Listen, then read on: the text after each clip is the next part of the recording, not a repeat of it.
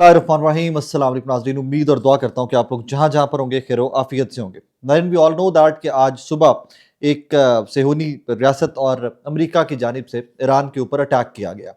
Attack के बाद की अब तक की डेवलपमेंट्स क्या हैं, मैं वो एक टाइमलाइन बनाने की कोशिश करूँगा कि वो तमाम इवेंट्स जो बड़े हुए हैं आज, वो मैं आपके सामने रख दूँ। दो तीन चीज़ें इस व्लॉग की डिटेल में जाने से पहले ही आपकी खिदमत में गोशगुजार कर दूँ कि बचपन से हम एक टर्म सुनते आए हैं या एक सेंटेंस, एक जुमला सुनते आए हैं कि पाकिस्तान नाजुक दौर से गुजर रहा है। As a matter of fact इस दफ़ा पाकिस्तान वाकई नाजुक दौर से गुजर रहा है और उसकी डिटेल्स में आगे चलूंगा तो आपको समझ आ जाएगी। मैं ज़रा टाइमलाइन अब से रिवर्स, मौजूदा जो लेटेस्ट सिचुएशन है वहां से वापस ज़रा लेकर चलता हूं आपको। US and Israeli strike Iran as Trump says action gave Iranians chance to topple their rulers। ये इस जो मौजूदा अटैक है, जो मौजूदा हमला है, उसके पीछे सबसे बड़ी जो सोच पाई जाती है, जिसको अमेरिका बार बार पुश कर रहा है, ईरानी लोगों को पुश कर रहा है कि जनाब आप लोग मौजूदा हुकूमत के खिलाफ उठ खड़े हों। और ये जो पहला वीडियो बयान आया था उसके बाद भी ये स्टेटमेंट आई थी डोनाल्ड ट्रंप की कि जनाब सबसे पहले उनको खुद से उठ खड़े होना चाहिए मौजूदा रिजीम के बाद। अब अगली डेवलपमेंट जो है, जब मैं ये वीडियो रिकॉर्ड कर रहा हूं तब ये इससे 15 मिनट पहले की, और ये बहुत बहुत बड़ी डेवलपमेंट है। Iran tells United Nations it will keep striking until aggression ceases fully. Iran, in a letter to the United Nations, said all US and Israeli bases, facilities, and assets in the region are legitimate military targets। अब जब ये assets की बात की जाती है, basis की बात की जाती है, और जिसके ऊपर ईरान ने आज यूनाइटेड नेशन को भी एक खत लिखकर खबरदार कर दिया है कि जब तक जनाब ये जो हमलावर हैं मुकम्मल तौर पर पसपा नहीं हो जाते, ईरान हमले करता रहेगा। और ये किन के ऊपर हमले करते रहेगा? Israeli basis, facilities and assets. अब जब एसेट्स और फैसिलिटीज की बात आती है, बेसिस की बात आती है, तो सबसे पहले आपके और मेरे जहन में आता है गल्फ स्टेट्स, जहां पर अमेरिकन एसेट्स या अमेरिकन फैसिलिटीज मौजूद थी और जहां पर बहुत बड़े पैमाने पर ईरान ने बार बार हमले किए हैं, बार बार हमले किए हैं। एक वेव नहीं, मल्टीपल वेव्स आज हमने देखी हैं। वो दुबई तक हो जाए, वो कुवैत हो जाए, वो कतर हो जाए, वो ओमान, वो बहरीन हो जाए, इन तमाम जगहों के ऊपर आज ईरान ने मिसाइल्स और अपने जो ड्रोन्स हैं उनको इस्तेमाल करते हुए मल्टीपल अटैक्स किए हैं। एक और ये बड़ी डेवलपमेंट है, इंटरनेशनल एटॉमिक एनर्जी एजेंसी ने आज अब से कुछ देर पहले, तकरीबन 16-17 मिनट पहले कहा है, no radiological impact detected, United Nation nuclear watchdog says. कि मतलब कहीं पर भी कोई इस तरह का रेडियोलॉजिकल इम्पैक्ट एटॉमिक बॉम्ब का कहीं पर भी बनाना, कोई अब ताबकारी, उसको जो भी उर्दू की टर्म्स, आई एम सॉरी मुझे वो बहुत ज़्यादा नहीं आती इसके अंदर। अब एक और जो इसराइल का दावा सामने आ रहा था वो ये था कि senior Iranian officials killed in joint strikes. ये 2 घंटे पहले से इसके ऊपर बहुत ज़्यादा एम्फेसाइज करना स्टार्ट कर दिया गया। इस एक खबर के ऊपर ये बहुत बड़ी बड़ी न्यूज़ एजेंसीज जो हैं वो ये रिपोर्ट कर रही हैं कि जनाब ईरान के सीनियर ऑफिशियल्स, फौज के भी और हुकूमत के भी, कुछ वज़रा के नाम भी चलाए जा रहे हैं, लेकिन कॉन्फर्मेशन ईरान की जानिब से नहीं आई। इसको इंडिपेंडेंट न्यूज़ आउटलेट जो हैं वो बार बार इसको कोट कर रहे हैं।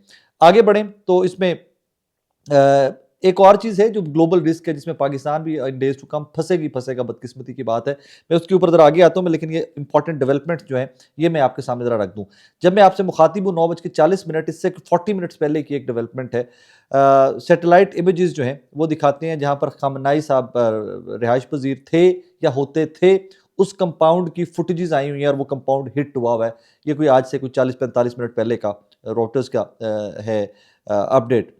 अब यहाँ पर एक और चीज़ जो बहुत ज़्यादा डिस्टर्बिंग है, वो ये है, death toll at Iranian school rises to 85, state media reports. अब ईरान के अंदर एक इशू ये भी है कि इंडिपेंडेंट मीडिया या जिसके लिए इंटरनेशनल मीडिया बहुत ज़्यादा वहाँ पर सराहियत नहीं है, या वहाँ पर बहुत ज़्यादा उनकी प्रेजेंस नहीं है। सो हमें हर चीज़ वही जो स्टेट मीडिया रिपोर्ट कर रहा है ईरान का, उसके ऊपर ज़्यादा रिलाई करना पड़ता है। The death toll has risen to 85 in a strike on girls' primary school in the southern Iranian town of Menab, according to the local prosecutor cited by the state media। ये initially ये number start हुआ 41 से, 45 पे गया, 53 पे गया, और अब जो लेटेस्ट है ये 85 के करीब स्कूल की बच्चियां, ईरान के स्कूल की बच्चियां, प्राइमरी स्कूल की बच्चियां शहीद हो चुकी हुई हैं। यहाँ पर ज़रा खूबसूरती देखिएगा इवेंट्स की कि ईरानी खवातीन को आज़ाद करवाने के लिए ईरानी खवातीन, ईरानी बच्चियों को ईरान में अमरीकी हमले और इसराइली हमले में शहीद किया जा रहा है। कहा यही जाता है ना कि liberation of the Iranian people, liberate करने के लिए 85 के करीब बच्चियां जो है स्कूल की, वो अब तक इस हमले में शहीद हो चुकी हुई हैं। अब यूएई की तरह बात करते हैं। UAE intercepts Iranian missiles and drones, state media reports. अब यहाँ पर भी यूएई का जो स्टेट मीडिया है, according to state media, United Arab Emirates का स्टेट मीडिया ये रिपोर्ट कर रहा है कि जनाब ड्रोन्स और मिसाइल्स जो हैं वो उनकी तरफ आए जा रहे हैं और उनको इंटरसेप्ट किया जा रहा है। अब से पहले कोई आधा घंटा पहले जो लेटेस्ट फुटेजेस आई हैं वो दुबई हिट हुआ है, दुबई का पाम जुमेरा और वो जो रीजन है वहाँ पर आग लगी हुई दिखाई गई है कि वहाँ पर भी मिसाइल्स जो हैं वो हिट किए हैं। अब इसमें एक और डेवलपमेंट, उससे पहले की डेवलपमेंट ये है कि जनाब ईरान ने अनाउंस किया कि उनकी कोई communication United States of America के साथ इस टाइम के ऊपर नहीं खुली हुई। Iranian foreign minister Abbas Araghchi said there was currently no communication with the United States in an interview with NBC News। उन्होंने कहा जी किसी किस्म की कोई भी मौजूदा हालात वाक़यात के अंदर किसी किस्म की कोई भी कम्युनिकेशन नहीं खुली हुई अमेरिका के साथ। अब इसमें आ जाइए ज़रा पाकिस्तान में, बहुत ज़रा जल्दी आपका वक्त ज़ाया ना हो, मैं बहुत जल्दी आपका टाइमलाइन पे रख रहा हूँ आपके सामने कि what exactly has happened so far. एक चीज़ जिसके ऊपर लोग बहुत सुबह से बात कर रहे थे कि पाकिस्तान कहाँ पर खड़ा है, पाकिस्तान कहाँ पे खड़ा है, और उसमें as a matter of fact Pakistan कहाँ पर भी खड़ा है। ये ट्रिकी सिचुएशन बहुत थी, बहुत ज़्यादा ट्रिकी सिचुएशन थी। That is one of the reason कि पाकिस्तान ने बहुत सोच समझ कर इसके ऊपर आगे चलना था और पाकिस्तान ने बहुत सोच समझ कर रिस्पॉन्ड करना था। अब दो स्टेटमेंट्स हैं, वो मैं दोनों स्टेटमेंट्स आपकी खिदमत में पढ़ के रखना चाहूँगा, आपको वहाँ से आइडिया हो जाएगा कि हम कहाँ पर at this moment Pakistan exactly कहाँ पर लाई कर रहा है। एक तो जनाब शहबाज शरीफ साहब ने 1 घंटा पहले एक ट्वीट किया है, I spoke with my dear brother his royal highness crown prince Mohammed bin Salman this evening to express Pakistan strong condemnation of the dangerous regional escalation following the Israeli attack on Iran and subsequent attacks in the Gulf region. इसको जरा please गौर से सुनिएगा। Pakistan stands in full solidarity with Saudi Arabia and other and our brotherly Gulf countries in this perilous time. We remain ready to play a constructive role for the peace and the pray that blessings of Ramadan bring calm and stability to our region। ये एक हो गया। उसके बाद उसी के कोई 20-25 minute बाद सेकंड ट्वीट आता है शहबाज शरीफ साहब का, spoke with my dear brother his highness Sheikh Mohammed bin Zayed Al Nahyan to convey Pakistan's strongest condemnation of the dangerous regional escalation following the Israeli attack on Iran and regrettable strikes against the UAE and other Gulf countries. I expressed my deep sorrow over the tragic loss of Pakistan's national in Abu Dhabi। अब आपको चीज़ें यहाँ से clear होना start हो जाएंगी। शहबाज शरीफ साहब का मोहम्मद बिन सलमान साहब से भी और यहाँ पर Mohammad bin Zayed Al Nahyan साहब, इन दोनों शख्सियात से रब्ता होता है। अपना कंसर्न या अपनी तशवीश ज़ाहिर करता है पाकिस्तान के, जनाब ये जो हो रहा है, जो ईरान ने अटैक किया है ईरान के ऊपर, इसके ऊपर हम कंडेम करते हैं, उसको हम उसकी मजम्मत करते हैं, but at the same time जो ईरान उसके नतीजे में गल्फ स्टेट्स के ऊपर अटैक कर रहा है हम उसकी भी मजम्मत करते हैं। अब पाकिस्तान ये मजाक अपनी एक साइड के ऊपर रख करके जोक्स हम बहुत क्रैक करते आए हैं, पाकिस्तान नाजुक दौर से गुजर रहा है, पाकिस्तान नाजुक दौर से गुजर रहा है। पाकिस्तान एक्चुअली बहुत नाजुक दौर से गुजर रहा है, बहुत नाजुक दौर से गुजर रहा है। कैसे?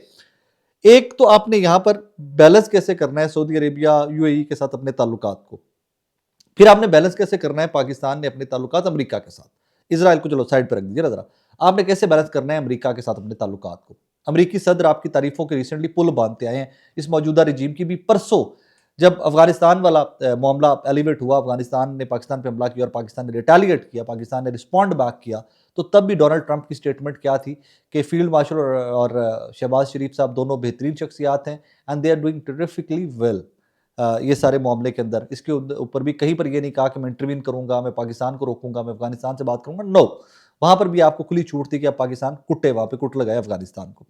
अब इन सर्कमस्टांसिस में दोनों स्टेटमेंट्स, जो सऊदी अरेबिया से बात की, मोहम्मद बिन सलमान साहब से बात की और यूएई से बात की, दोनों स्टेटमेंट्स में कहीं अमेरिका का जिक्र नहीं है पाकिस्तान की के वजीर आजम की स्टेटमेंट की जानिब से। रीजन कि यहां पर ये ज्वाइंट अटैक है ना, सुबह से इसको अमेरिका ओन करके बैठा हुआ है, पूरी दुनिया ओन करके बैठी हुई है कि अमेरिका और इसराइल का ज्वाइंट अटैक है ईरान के ऊपर। बट पाकिस्तान ने कहीं पर भी किसी स्टेटमेंट में भी अमेरिका का जिक्र नहीं किया। ईरान पर हमले की जब बात आई है तो पाकिस्तान ने सिर्फ इसराइल के अटैक की बात की है। अब इसका अगली फोटो के ऊपर आ जाते हैं। एक्सक्यूज मी, एक बहस ये स्टार्ट हो गई और लिजिट बहस है, ये एक जायज बहस है कि ईरान उन तमाम मुल्कों को, गल्फ स्टेट्स को क्यों अटैक कर रहा है कि जो माजी में इसके साथ खड़ी रही, इसराइल के हमले के मजम्मत करती रही, इसराइल के खिलाफ खड़ी होगी। वहां पर ईरान का स्टांस क्या है, मैंने आपको पढ़ के पहले ही बता दिया। ईरान बहुत क्लैरिटी के साथ वहां से बोलता है कि ईरान कहता है भाईजान, जहां जहां पर अमरीकी एयर बेसिस हैं, जहां जहां पर एसेट्स हैं, जहां जहां पर फैसिलिटीज हैं, हम वहां पर हमले करेंगे। अब मैंने इसको डिप्लोमेट्स से कुछ से बात की है आज, जो साबिका सफरा है, जो सफीर है पाकिस्तान के, मैंने उनसे बात की है, तो मैंने उनसे यही सवाल पूछने की कोशिश की कि जनाब, अगर दुबई में कोई बेस है, कहीं पर भी कोई बेस है, मतलब गल्फ कंट्रीज में कहीं पर भी कोई अमरीकी बेस है, वहां पर ईरान अटैक करता है, मिसाइल मारता है, तो उसको उस मुल्क के ऊपर हमला तस्वर किया जाएगा, या यूनाइटेड स्टेट्स ऑफ अमेरिका की बेस के ऊपर अटैक, यूनाइटेड स्टेट्स के ऊपर अटैक तस्वर किया जाएगा? उन्होंने कहा जी दोनों। जिस मुल्क के अंदर एयरबेस मौजूद है उसके ऊपर भी हमला तस्वुर किया जाएगा, और जिस मुल्क की एयरबेस है, जिसके ऊपर अटैक हुआ है, उस मुल्क के ऊपर भी, उसकी सॉवरेनिटी के ऊपर भी अटैक तस्वुर किया जाएगा। So basically right now Iran ने बहुत सारे फ्रंट इकट्ठे खोल दिए, बहुत सारे फ्रंट इकट्ठे खोल दिए।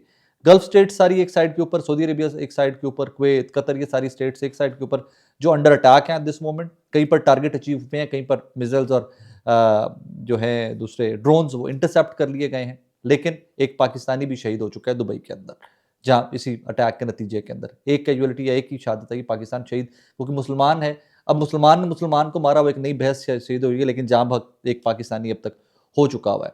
इससे अगली डेवलपमेंट जो है वो इससे भी कहीं ज्यादा खतरनाक है, और वो सिर्फ पाकिस्तान के लिए नहीं है, वो पूरी दुनिया के लिए है, और उसमें ऑब्वियसली पूरी दुनिया का हिस्सा पाकिस्तान भी है। ईरान ने आबनाए हम्स बंद कर दिया। अब तेल की रसद, तेल की रसाई जो है, और आपको पता है यूएई, ईरान, लीगल इलीगल छोड़िए, ईरान की बहस है, दिस टाइम वो बहस नहीं है, क्योंकि ईरान के ऊपर बहुत सारी पाबंदियां हैं, तो लीगली तो ईरान बहुत सारे मुल्कों को तेल बेच नहीं सकता था। लेकिन गल्फ स्टेट्स और ईरान, ये मिल मिलाकर बहुत अच्छा खासा परसेंटेज बन जाता है। कोई 28% के करीब तो गल्फ स्टेट सिर्फ एक्सपोर्ट करती हैं क्रूड ऑयल दुनिया को। अब इस जंग में गल्फ स्टेट्स भी किसी ना किसी तरह से लपेटे में आ चुकी हुई हैं। तेल के अब नए हम्स आप बंद कर देते हैं, ईरान ने बंद कर दिया है। अब से कुछ देर पहले जो वेसल्स, जो बेरी जहाज जा रहे थे, उनको इंगेज करके उनको बता दिया ईरान ने कि भाईजान जहां पे हैं रुक जाएं, अब नए हम्स बंद है, आपको इजाजत नहीं है यहां से गुजरने की। तेल की रसद बंद होती है, 20-28%, 25-28% तेल की रसद दुनिया को बंद हो जाती है। उसके बाद प्राइस हाइक्स क्या आएंगी, तेल किस कदर जल्दी या किस कदर तेजी से महंगा होगा, आप सोच भी नहीं सकते। और अगर ये 2 हफ्ते, कोई हफ्ता, 2 हफ्ते, 3 हफ्ते की वॉर इसी तरह निकल गई, तो बहुत सारे इंटरनेशनल न्यूज आउटलेट्स ये भी रिपोर्ट कर रहे हैं कि तेल की कीमतें, क्रूड ऑयल की कीमतें पर बैरल डबल हो जाएंगी, ऑलमोस्ट डबल भी हो सकती हैं। मतलब वन ऑफ द ऑप्शन इसके डबल भी हो सकती हैं। मतलब इसमें थोड़ा सा मैं आपको सुना भी देता हूँ, इसमें डिटेल थोड़ी सी आपके सामने भी रख देता हूँ, जस्ट फॉर द अंडरस्टैंडिंग के जरा बेहतर तरीके से उसको समझा जा सके कि अगर आप मतलब आप कह लीजिए कि आप बेस प्राइस लगा लीजिए $70 to $80, और अगर इसमें 10% भी बढ़ जाता है, $70 to $75 पर बैरल जो है ना, वो आप बेस प्राइस लगा लीजिए, बेस लाइन लगा लीजिए क्रूड ऑयल की। अगर ये 80 पे चला जाता है, $80 पे चला जाता है, 10 to 15%, 90 to 100 पे चला जाता है, 30 to 40%, 120 प्लस पे चला जाता है, 60 to 80% इंक्रीज। अगर $140 पे चला जाता है तो 90 to 110% increase. So these are possibilities, जिसके ऊपर मैं नहीं, मेरे जैसे सहाफ़ी नहीं, तो इसमें पूरी दुनिया के इकोनॉमिस्ट, बड़ी बड़ी फर्म्स, बिलियनर सारे सर पकड़ के बैठे हुए कि व्हाट्स कमिंग अप वे। 2-3 चीजें बड़ी इंपॉर्टेंट है यहाँ पे। चाइना क्या कर रहा है, चाइना को तो बहुत सारे लोग ताइवान वाला मशवरा भी दे रहे हैं। अब रशिया पहले ही यूक्रेन के अंदर इंगेज्ड है। यूरोप कहाँ पे खड़ा हुआ है, यूरोप बहुत सारे एक्शंस जो हैं डोनाल्ड ट्रंप के और अमेरिका के, उनके खिलाफ खड़ा हुआ है। लेकिन when it comes to Israel तो सबके सब मुत्तफिक होकर, सबके सब मुत्तहिद होकर, इकट्ठे होकर खड़े हो जाते हैं ये ममालिक। अनफॉर्चुनेट सिचुएशन ये है कि ईरान को रेस्क्यू करने वाला बज़ाहिर कोई बंदा नजर नहीं आता, कोई मुल्क एट दिस मोमेंट नजर नहीं आता। बातें सब कर रहे हैं, लेकिन ईरान को रेस्क्यू या ईरान की मदद को पहुंचने वाला कोई बंदा नजर नहीं आ रहा। And that is one of the reasons, मैं हमेशा से कहा करता हूं कि जंगें आपको खुद से लड़नी पड़ती हैं। दोस्तियां भी हो सकती हैं, आपके ताल्लुकात भी अच्छे हो सकते हैं, पार्टी इकट्ठे आप कर सकते हैं। जब जंग का वक्त आएगा तो जंग आपको अकेले लड़नी पड़ेगी, और that is one of the reason. 57 के करीब मुस्लिम ममालिक पूरी दुनिया के अंदर, ये उम्मा का एक चूरन हमें बहुत बेचा जाता रहा, मुस्लिम उम्मा, मुस्लिम उम्मा। 57 मुल्कों में से इस टाइम के ऊपर ईरान अकेला जंग लड़ रहा है, और वो डंके की चोट पे लड़ रहा है। मुझे नहीं पता रिजल्ट्स क्या होंगे। जब इतनी बड़ी बड़ी ताकतें आपके सामने आके खड़ी हो जाएं और वो इतनी फ्यूरी के साथ आए कि वो कहें कि जी हमने आपको, मतलब इमेजिन कीजिए यार, ये कैसा प्रेसिडेंट सेट किया जा रहा है कि आप ताकत के सर के ऊपर हुकूमत करेंगे दुनिया में। अमेरिका कहता है कि जनाब हमने इनके मिसाइल्स भी खत्म करने हैं, इनके मिसाइल सिस्टम भी ख़त्म करना है, हमने इनकी नेवी भी ख़त्म करनी है।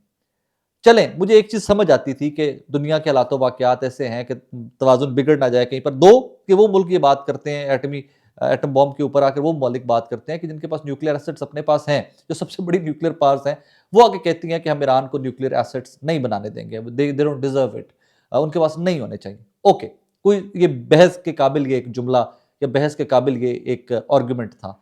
लेकिन यार आप एक मुल्क का सेल्फ डिफेंस ही खत्म करना चाहते हो और उस मुल्क का कि जो पूरी दुनिया में वाहिद मुल्क है जो इसराइल के सामने या जिसका वाकई में कोई एनिमी इतना बड़ा है जो उसको खटकता है अपने एनिमी की नज़रों में, आप उसका सेल्फ डिफेंस ही खत्म करना चाहते हो।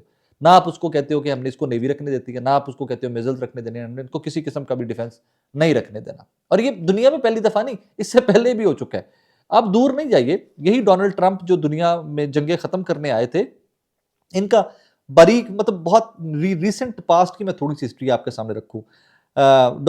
ये अहमद वड़ाई साहब ने ट्वीट किया हुआ था, ट्रंप के मौजूदा फौजी हमले, यमन जनवरी 2025, सोमालिया फरवरी 2025, इराक मार्च 2025, ईरान जून 2025, वेनेजुएला सितंबर 2025, शाम दिसंबर 2025, नाइजीरिया दिसंबर 2025, ईरान फरवरी 2026। और ये साहब हैं, ये जो जंग खत्म करवाने आए थे दुनिया में, जो पीस लेके आए थे और जो पीस बोर्ड बनाया था, बज़ाहिर मुझे लगता है कि that very peace board is board of the peace. ये दुनिया के अमन से they've become board and now they are waging war. और वो वॉर भी ऐसी कि जो फैलती चली जा रही है, फैलती चली जा रही है, फैलती चली जा रही है और किसी का कुछ पता नहीं है कि इसका फुल स्टॉप कहाँ पे। मैं आज यकीन माने कि बहुत सारे जो रेलेवेंट क्वार्टर्स इस तरह के ही होते हैं ना कि जो हमारे दिफाई तजज़ियाकार हैं, जो एम्बेसडर्स हैं, जहाँ जहाँ पर मेरी अप्रोच थी, जो साबिका एम्बेसडर्स हैं, जो अच्छे मुल्कों में अमेरिका, बरतानिया, एक्सक्यूज मी जैसे ममालिक में रह चुके हुए थे, आई स्पोक टू देम और मेरा एक ही सवाल होता था कि फुल स्टॉप कहाँ पे लगेगा, कहानी खत्म कहाँ पे होगी। Nobody has any answer. सब मुंह देख रहे हैं, ब्लैंक हैं, वेट कर रहे हैं व्हाट्स कमिंग आवर वे, डरे हुए भी हैं क्योंकि वी नीड टू अंडरस्टैंड कि पाकिस्तान का इंपोर्ट बिल जो है सबसे ज़्यादा वो पैसे आप सबसे ज़्यादा डॉलर आप ऑयल इंपोर्ट में खर्च करते हो और वही ऑयल अगर आसमान पे कीमतें चली जाएंगी तो हमारी इकॉनमी तो पहले ही जो ना वो चला रहा है, आईएमएफ चला रहा है, सड़ा से बड़ा गर्क हो जाएगा, हम तो तबाह बर्बाद हो जाएंगे। And this nothing else what we can do right now. दुआ के अलावा रमज़ान का महीना है, दुआएं कीजिए, ईरानियों के लिए दुआएं कीजिए, मुसलमानों के लिए दुआएं कीजिए। अल्लाह करे कि अमन आ जाए, पीस किसी तरीके से आ जाए। लेकिन हालात वाक़यात फर्दर ख़राब होते दिखाई दे रहे हैं। यहाँ पर जो वो ग्रेटर इसराइल और वो जो तमाम तर मामलात थे वो उनके ऊपर पूरी शद्दोमत के साथ, उनके पूरी ताकत के साथ उनके ऊपर एट दिस मोमेंट अमल किया जा रहा है। अब देखें कि किस हद तक ये अमल दरामद जो है ये सक्सेसफुल होता है। दुआ में याद रखिएगा, अपना भी बहुत सारा ख्याल रखिएगा। अल्लाह करे कि तमाम मुसलमानों को, तमाम इंसानों को अल्लाह पाक अपनी हिफाजत में